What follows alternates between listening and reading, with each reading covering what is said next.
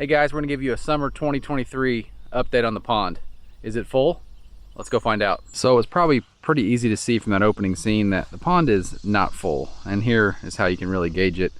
Looking at the overflow, I don't have a tape on me, but that's every bit of 20 inches that we need from the water line there to the top of the overflow. And you can kind of see our high water mark there, which is easily 10 inches below the top of that overflow. So I want to show you guys some of the topography out here and where water does come into the pond, some ideas I have, and seek some ideas from you on how we get there. So we're standing here at the south end of the pond, and this west side here delivers some water to the pond. It's not great, it could be better, slope back in. If we were to regrade this, we mess with a whole lot of topsoil, and it's not that big of an area.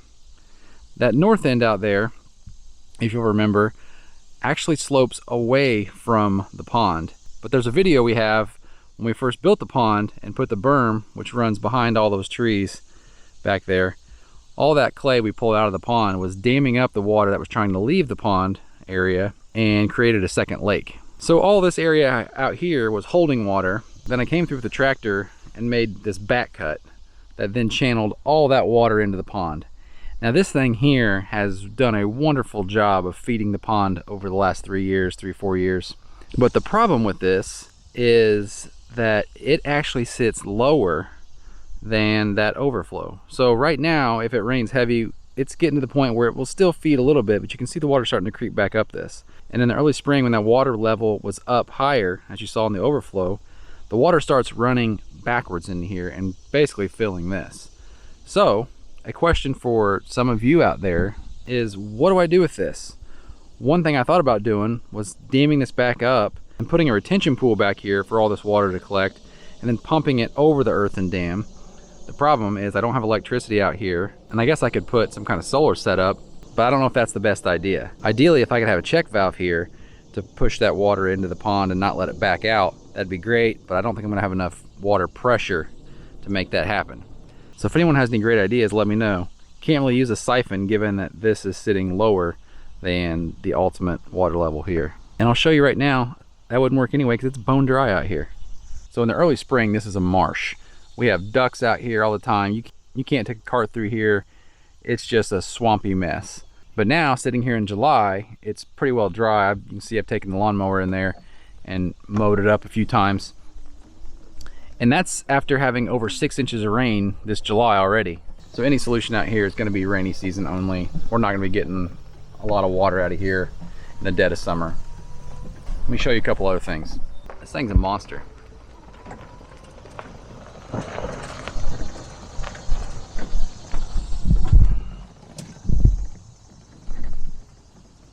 So that's what I was explaining, that area down there pools with water because of this giant berm, but then that back cut channels it toward the pond, at least when the water level in the pond's low enough. Standing here where we started, you can kind of see this area does in fact slope back toward the berm. So we kind of have this area accounted for. Could be better, but I'm not taking out all these trees just to change the slope when we're catching most of it over there. Right here in front of us is an old clay field tile. I don't know if we can even see the pipe head, but it's definitely in here. May have to come re-expose it at some point.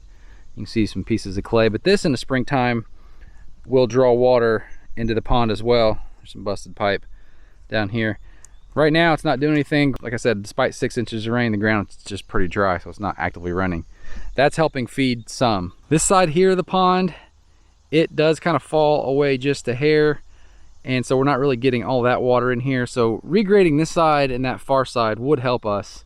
But what I don't want to do is bury this with clay from the berm and then have no good topsoil on top. So if I was going to do it, I'd probably want to get a dozer in here and push the topsoil out of the way, add clay, and then put it back. Kind of laborious. However, considering this water here, I'm gonna go show you guys something up here behind the barn. So now we're up here behind the barn. Just want to show you guys for reference. We had just come from all the way out there is where we were kind of parked on the cart.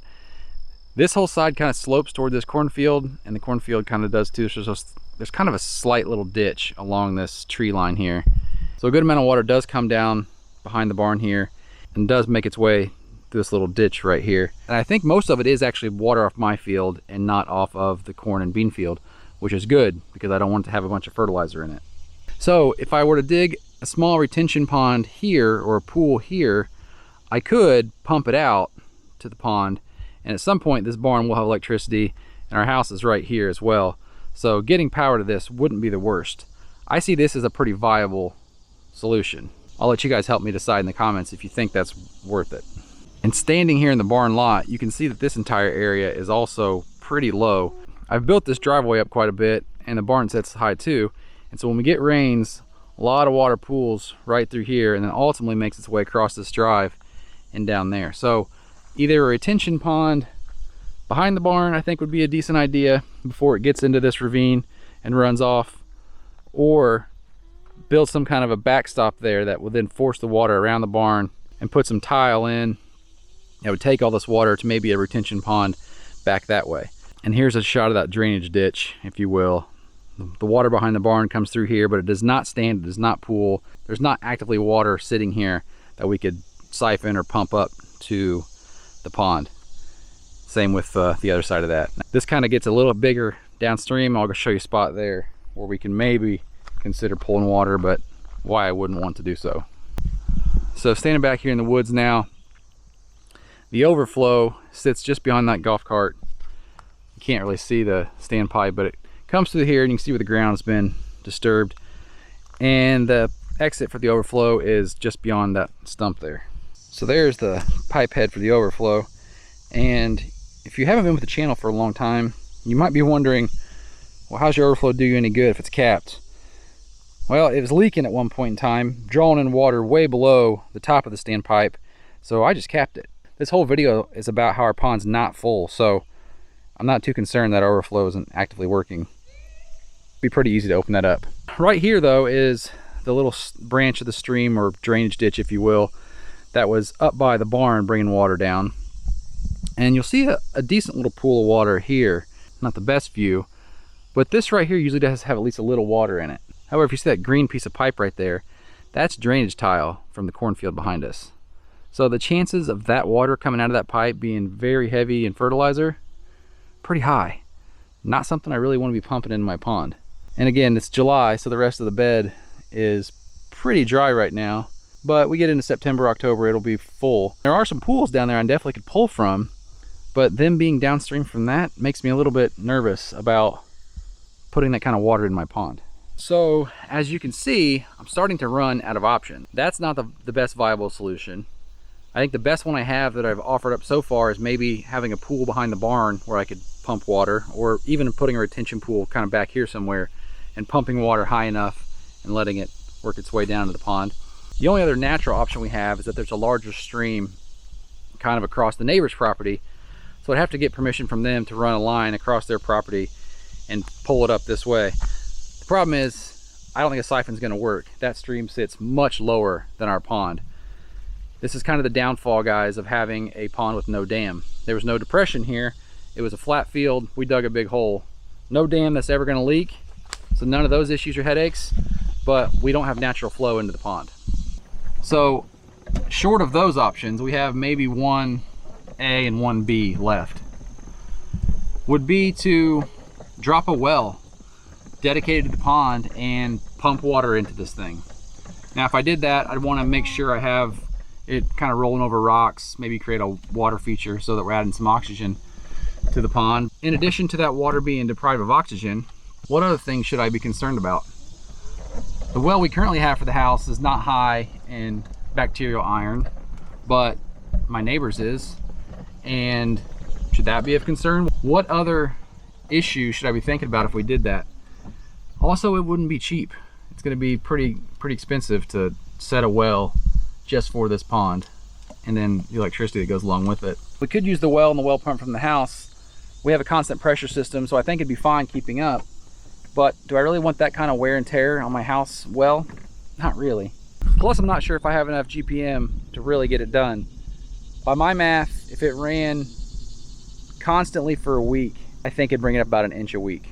So over the course of the summer, it might help stop evaporation loss. It's not gonna move the needle quickly.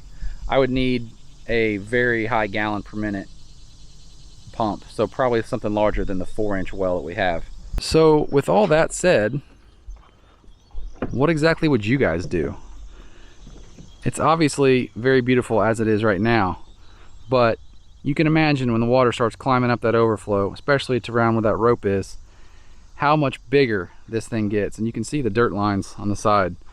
It goes from looking like just a hole in the ground to more like a lake, quite honestly. And long term, I would love to put riprap down, but I want to figure out where my, high water mark's going to be, where my normal water mark's going to be. So if this was a freshly dug pond, I wouldn't be that concerned. But we dug this pond in the summer of 2019. If you didn't see those videos and you're new to the channel, go back and watch them. But I'm to the point now where I'm looking for a solution. So let me know in the comments, guys, what would you do? I do think that the idea of a retention pond or a pool of sorts behind the barn or over here behind the topsoil pile might be a viable solution, but it's not gonna move that much water. I'm gonna need something that has a pretty good flow to it and is pretty consistent. And I don't think that creek bed or that drainage ditch is the answer. The bigger stream over yonder is an idea and probably a workable solution. Problem is, how do you pull that water? Like I said, I can't siphon it, so a pump is gonna be needed. Sadly, I think I'm gonna end up in a situation where I'm gonna need a well one day. If that's what it takes, that's what it takes. Just not the solution I wanted to have to go with. And someone may comment to bring water from your gutters at the house out here to kind of feed it. Our house sits lower than the pond for sure. We've already got all of our gutters tied into buried pipes that deposit into the creek on the other side.